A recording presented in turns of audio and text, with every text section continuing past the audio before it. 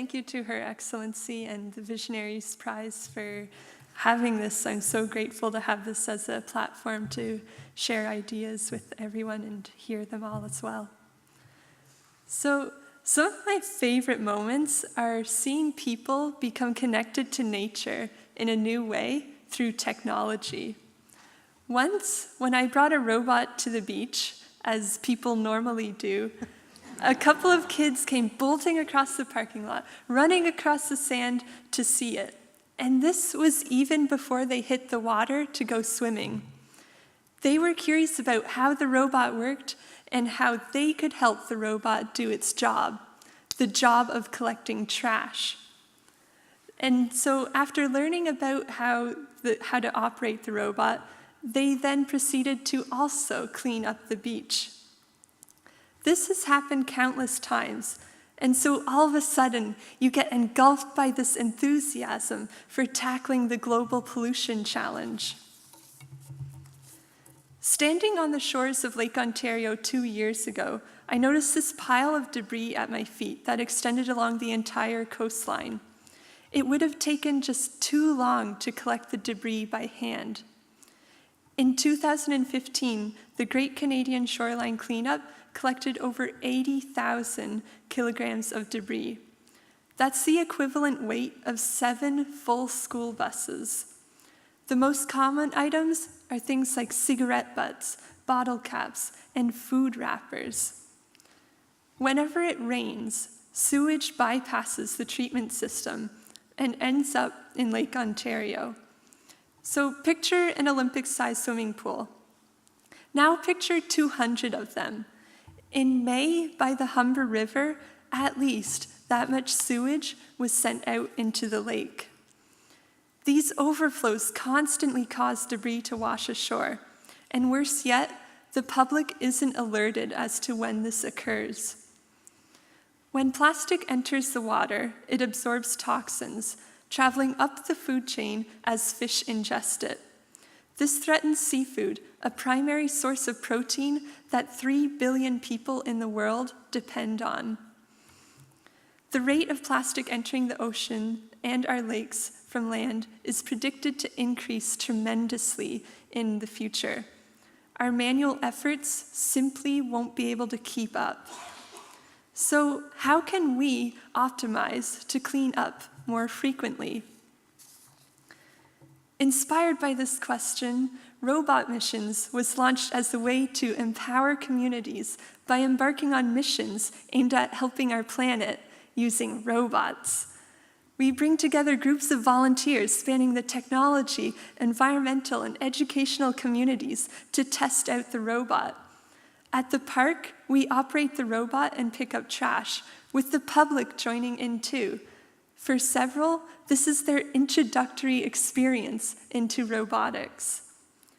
To date, we have embarked on 20 field tests in Toronto and Ottawa, engaging with over 200 participants. We've worked with groups from SHAD and Girl Guides, and even had a guest from NASA. Our vision is to deploy at least 1 robot per park in Ontario by 2030. The robots will assist with environmental observation, cleanup, and restoration. If we set the bar for each robot to have an efficiency factor of 2.5 times a single manual effort, by extension, we can achieve at least a 500 times increase in efficiency for parks in Ontario to clean up this trash.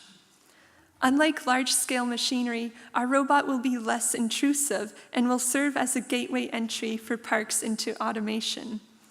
The robots will be autonomous using computer vision and will work together in a hybrid team of aerial, water, and ground-based robots using swarm intelligence. This will be able to help a park worker at an operating cost less than a salary.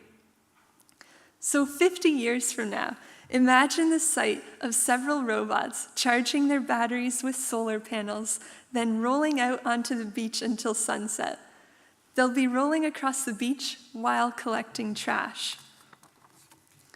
So how on earth is this going to scale? Through distributed manufacturing. You see, the robot is entirely 3D printed in biodegradable material. Anyone in the world who has a printer will be able to replicate the robot. If the robot breaks, single repair pieces can be printed. And we envision a time when we can reuse the plastic collected to produce more robots. Through Robot Mission's distribution effort, Adopt a Bot, you can adopt one of our robots for a month. For $2,500, we can let a school adopt a robot for a year, combined with our lesson guides that match areas of the Ontario curriculum.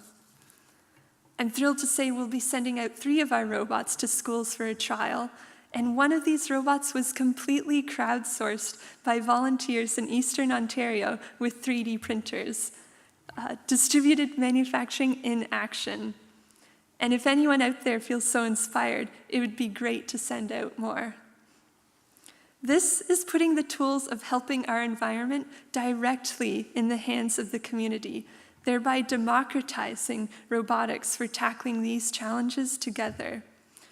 The process of inventing, taking what we dream up in our imaginations, making it into reality, and testing it in the real world is a new form of advocacy for our environment.